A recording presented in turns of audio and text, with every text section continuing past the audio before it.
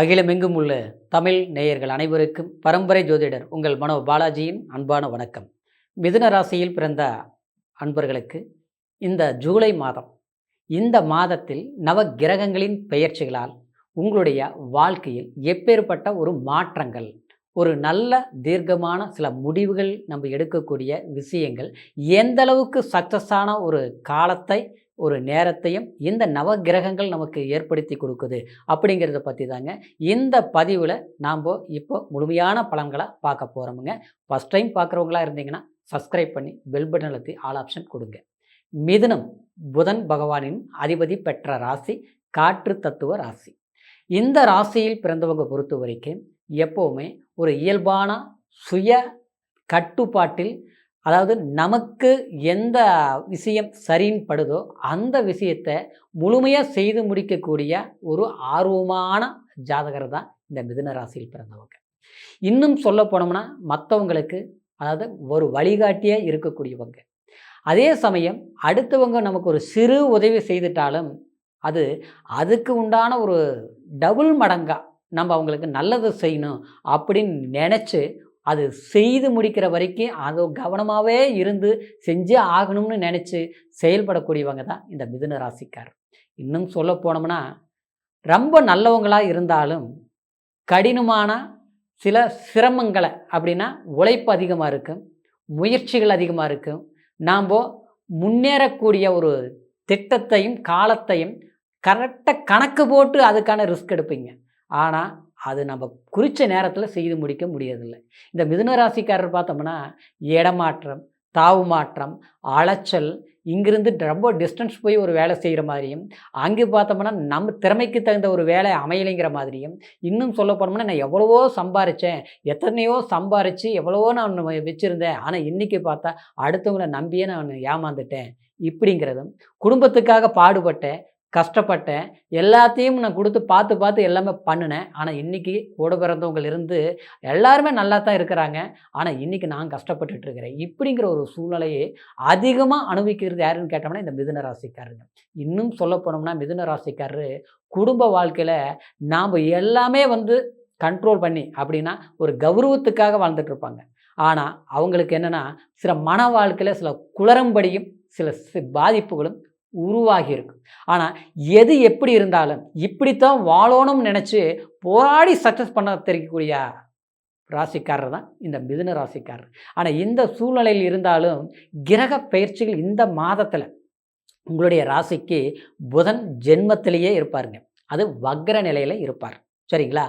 7ஆம் தேதி 2ஆம் இடத்தில் இருக்கக்கூடிய புதன் உங்களுக்கு ஜென்மத்துக்கு அதாவது ஆட்சி பண்ணுவாருங்க.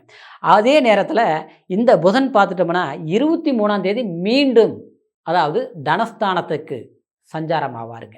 இன்னொரு விதத்தில் பார்த்தோம்னா, அதாவது குரு உங்களுடைய 2ஆம் பாவகத்தில் உச்ச பலத்தில் இருக்கிறதுனால கண்டிப்பாக எத்தனையோ நம்ம சில சிரமங்கள் கடந்து வந்திருந்தாலும் உங்களுக்கு குடும்பஸ்தானத்தில் சில நல்ல விஷயங்கள் நடக்கக்கூடிய ஒரு மாதமாக இருக்க போகுதுங்க. இதில் இன்னொரு விதம் பார்த்தோம்னா உங்களுக்கு 12ஆம் அதிபதி 3ஆம் இடத்திற்கு சுக்கிர பகவான் 4ஆம் தேதி பயிற்சி ஆக போகிறாருங்க. அப்போது 3ஆம் இடத்துக்கு பயிற்சி ஆகும்போது 12ஆம் அதிபதி 3ஆம் இடத்திற்கு, இது விபரீத ராஜயோகம் கூட சொல்லலாங்க. சரிங்களா? அப்போது உங்களுக்கு கண்டிப்பாக மனதில் கணக்கு போட்டிருந்த, மனதில் இருந்த வருத்தங்களை சரியாக கூடிய ஒரு காலமாக நம்ம நிச்சயமாக இந்த ஜூலை மாதம் ஏற்பட போகுதுங்க. இந்த மாதத்தில் இந்த கிரக பெயர்ச்சிகள் நிச்சயமாக உங்களுக்கு ஒரு சக்ஸஸ் பண்ணக்கூடிய ஒரு மாதமாக தான் அமையப்போகுது. ஏன்னா 12ஆம் பாவகத்தில் பார்த்தோம்னா உங்களுக்கு 6ஆம் அதிபதி 12ஆம் பாவகத்தில் செவ்வாய் இந்த மாதத்தில் அங்கே தான் இருப்பாருங்க. அப்போது இது ஒரு விபரீத ராஜயோகம். அப்போது நமக்கு பொருளாதாரத்திலையும் மன ரீதியிலையும் இருந்த குழப்பங்களை சரிப்படுத்தக்கூடிய ஒரு காலமாக இருக்க போகுதுங்க. இந்த ஸ்தானத்தில் பார்த்துட்டோம்னா 3ஆம் இடத்தில் இருக்கக்கூடிய கேது நாள் சில மனதில் சில கணக்குகள் போடுவோம். விடிய விடிய நம்ம யோசிக்கிறோம், விடிஞ்ச பிறகு பார்த்தோம்னா எதுவுமே செய்ய முடியல அப்படின்னு இருந்தது இல்லைங்களா? இன்னொன்று பார்த்தோம்னா, அன்பால் யாரை நேசிச்சோமோ அவங்களால காயப்பட்டிருப்போம். அந்த கஷ்டங்களை போகிறதுக்கு ஒரு மருந்தாக இந்த மாதத்தில் சில மாற்றங்கள் உண்டாக போகுதுங்க. இந்த ஒரு ஸ்தான பலங்கள் இருக்கிறதுனால ஏற்கனவே வந்து ஒரு கமிட்மெண்ட் பண்ணுவோம், ஒரு வீடு கட்டலாம், ஒரு எஸ்டிமேட் பண்ணலாம், ஒரு எண்ணங்கள் நம்ம கணக்கு போட்டிருப்போம். இந்த மாதத்தில் இது செய்யலாமா அப்படின்னு கடந்த காலத்தில் செய்யலாம்னு நினச்சிட்டே இருந்திருப்போம். ஒன்று நம்ம முயற்சி எடுக்கிற போது அது செய்ய முடியல. அதாவது செய்யலாம்னு நினைக்கிற போது அதுக்கு உண்டான பொருளாதாரம் சரியாக அமையறதில்லை. இன்னொன்று பார்த்தோம்னா குடும்ப சூழ்நிலையில் அதாவது ஏதோ ஒரு கசப்புகள்னால ஒரு ஒற்றுமை இல்லாமலேயோ இல்லை வந்து சிறு சங்கடங்கள், அதாவது ஒரு கணவன் மனைவியோ இல்லை நம்ம அண்ணன் தம்பிகளுக்கோ ஏதோ ஒரு பிரச்சனைகள் வந்து அதனால் வந்து சில காரியங்களை தள்ளி போயிட்டு இருந்தது. நாம் ஒரு நல்ல விஷயம் பண்ணலாம்னு கணக்கு போட்டு வச்சுருந்தோம். இப்போ பார்த்தோம்னா இந்த பிரச்சனை வந்ததுனால இப்போது நல்லதும் பண்ண முடியல, இருக்கிற நிம்மதியும் கெட்டு போச்சு. இன்றைக்கி இது எப்படி தான் சரிப்படுத்துறதுன்னு தெரியல, இது எப்போ தான் சரியாகும் தெரியல அப்படின்ட்டு நாம் வந்து அப்படியே கணக்கு போட்டு அதை சரிப்படுத்துறதுக்காக முயற்சிகள் எடுத்துகிட்டு இருப்போம். ஆனால் அந்த முயற்சிகள் பார்த்தோம்னா இது வரைக்கும் நமக்கு சாதகமாக முடியலை, சக்ஸஸ் பண்ண நடக்கலை. ஆனால் இந்த மாதத்தில் நீங்கள் அதுக்குண்டான ஒரு பேச்சுவார்த்தைகள் நடத்துங்க.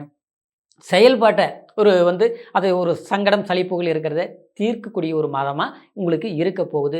பிரிவுகளில் இருந்தவங்களுக்கு கண்டிப்பாக இணைஞ்சு வரக்கூடிய ஒரு காலம், சரிங்களா? சங்கடங்கள் பெருசாச்சு, சிறு பிரச்சனை பெருசாகி போயிடுச்சு, குடும்பத்தில் வந்து ஒரு மன அமைதி இல்லை, சாப்பாடு செய்யும்போது இருக்கிற நிம்மதியும் சந்தோஷம் சாப்பிடும்போது இல்லாத அளவுக்கு ஆகிப்போச்சு. எத்தனையோ கோயிலுக்கு போகிறோம், எல்லா சாமிகளும் கும்பிடுறோம், கடவுளேன்னு கையெடுத்து கும்பிட்டா நம்மளுடைய கஷ்டங்கள் தீர மாட்டேங்குது. நாளுக்கு நாள் பார்த்தோம்னா பிரச்சனை அதிகரிக்கிற மாதிரி தான் இருக்குது. பண நெருக்கடிகள் பார்த்துட்டோம்னா வரவு வருது, பணம் வந்து மாதங்கண்டை இத்தனை சம்பாதிக்கிறது கணக்கு போட்டால் புரியுது. ஆனால் மிச்சம் என்னன்னு பார்த்தோன்னா பத்தல. மறுபடியும் பார்த்தா கடன் வாங்க வேண்டிய சூழ்நிலை. சிலருக்கெல்லாம் பார்த்தோம்னா வாங்கின கடனுக்கு வட்டி கட்டுறதுக்கு இன்னொரு பக்கம் கடன் வாங்கி வட்டி கட்டுற சூழ்நிலை. இதெல்லாம் சமாளிக்கணும்னா வர்ற சம்பளம் பத்தல, வர்ற முதலீடு போடக்கூடிய அளவுக்கும் ஒரு முதலீடு போடணும்னு நினச்சாலும் இன்றைக்கி நம்ம அடுத்தவங்க கை எதிர்பார்க்குற மாதிரி இருக்குது. கொடுக்குறவங்கள நாளைக்குங்கிற அளவுக்கு தாமதமாகுது. ஒரு முதலீடு போட்டு ஒரு சைடு ஒரு பிஸ்னஸை கூட பண்ணலாம், இல்லையா நம்ம சொந்தமாக கூட செய்யலாம். அப்படின்னா அதுக்கு பார்த்தா பொருளாதாரம் தான் நமக்கு நெருக்கடிகளாக இருக்குது. ஆக மொத்தத்தில் இளமையில் இருந்த ஒரு வேகமும் உற்சாகமும் பண வரவும் எல்லாமே சரியாக அப்படியே ஆட்டோமேட்டிக்காக போயிட்டு இருந்தது ஆச்சுங்களா. இன்றைக்கி பார்த்தா வயசு ஆக ஆக மனசில் பயம்தான் எடுக்குது. அது இந்த பயம் என்ன ஆகுதுன்னா, ஐயோ நம்மளால் கௌரவத்தை அப்படியே நிலையை நிறுத்த முடியுமா? நம்மளுடைய இத்தனை காலமும் அடுத்தவங்க வந்து நம்மள ஒரு கேள்வி கேட்குற அளவுக்கு நம்ம நடந்துக்கல. யாருக்கு முன்னாலேயும் கைகட்டி நிற்கக்கூடிய ஒரு சந்தர்ப்பம் நம்ம உருவாக்கிக்கல.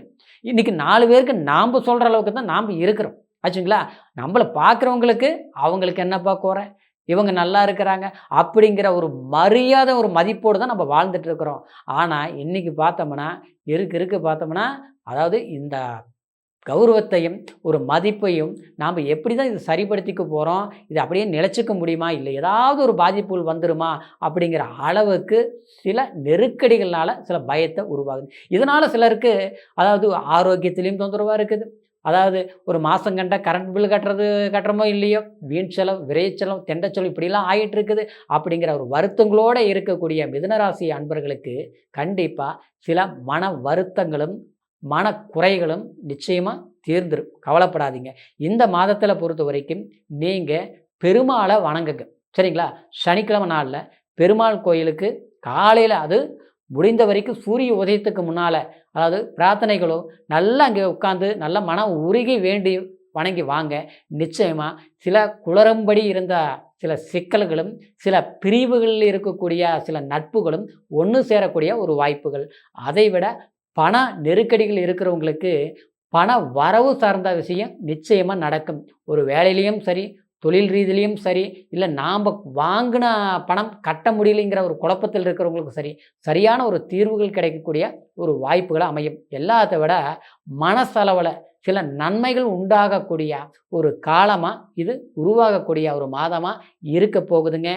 ஆக மொத்தத்தில் தனஸ்தானத்தில் குரு நல்லா உச்சபலம் பெற்று இருக்கக்கூடிய இந்த மாதத்தில் சில நல்ல விஷயங்கள், வண்டி வாகனம் இந்த சார்ந்த விஷயங்கள் எல்லாமே சுமூகமாக சாதகமாக முடியக்கூடிய ஒரு நல்ல வாய்ப்புகள் உருவாக்குங்க. நினச்ச சில விஷயங்கள் செய்கிறோம், சக்ஸஸ் பண்ணுறோம் அப்படிங்கிற ஒரு திருப்தி நிச்சயமாக மிதுனராசி அன்பர்களுக்கு உருவாகக்கூடிய ஒரு காலமாக இருக்கிறதுனால முயற்சி எடுங்க. அற்புதமான முன்னேற்றம் இருக்க போகுதுங்க. சரிங்களா?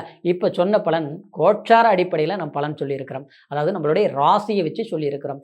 இருந்தாலும் ஒரு மனிதனுக்கு முழுமையான பலன்கள்ங்கிறது லக்னம், தசை, புத்தி, அந்தரம், சூட்சுமம் இப்படி சில முக்கியமான விஷயங்கள் முழுமையான பலன்களை தெரிஞ்சுக்கக்கூடியதே நம்ம பிறப்பு ஜனன ஜாதகத்தில் தாங்க. ஏன்னா ஜாதகத்தில் சில யோகங்கள் இருக்கும். சிலர் இளமையில் கஷ்டப்படுவாங்க, முதுமையில் நல்லா இருப்பாங்க, சிலர் பார்த்தா நல்லா வாழ்ந்துட்டு இருப்பாங்க, திடீர் பார்த்தா ஒரு பிரச்சனைகளாக போயிட்டு இருக்கும். அது என்ன காரணம்னே தெரியாது. ஆனால் முழுமையான பலன்களை நம்ம ஜாதகத்தில் தான் தெரிஞ்சுக்க முடியுங்கிறதுனால உங்களுடைய ஜாதகம் இதுவரைக்கும் பார்க்காமல் இருந்து நம்மகிட்ட பார்க்கணும்னு உங்களுக்கு விருப்பம் இருந்தால் கீழ் இருக்கிற நம்பருக்கு ஃபோன் பண்ணி உங்களுடைய பிறந்த தேதி, பிறந்த நேரம், பிறந்த ஊர் இது 3ஐ மட்டும் தெரியப்படுத்துங்க.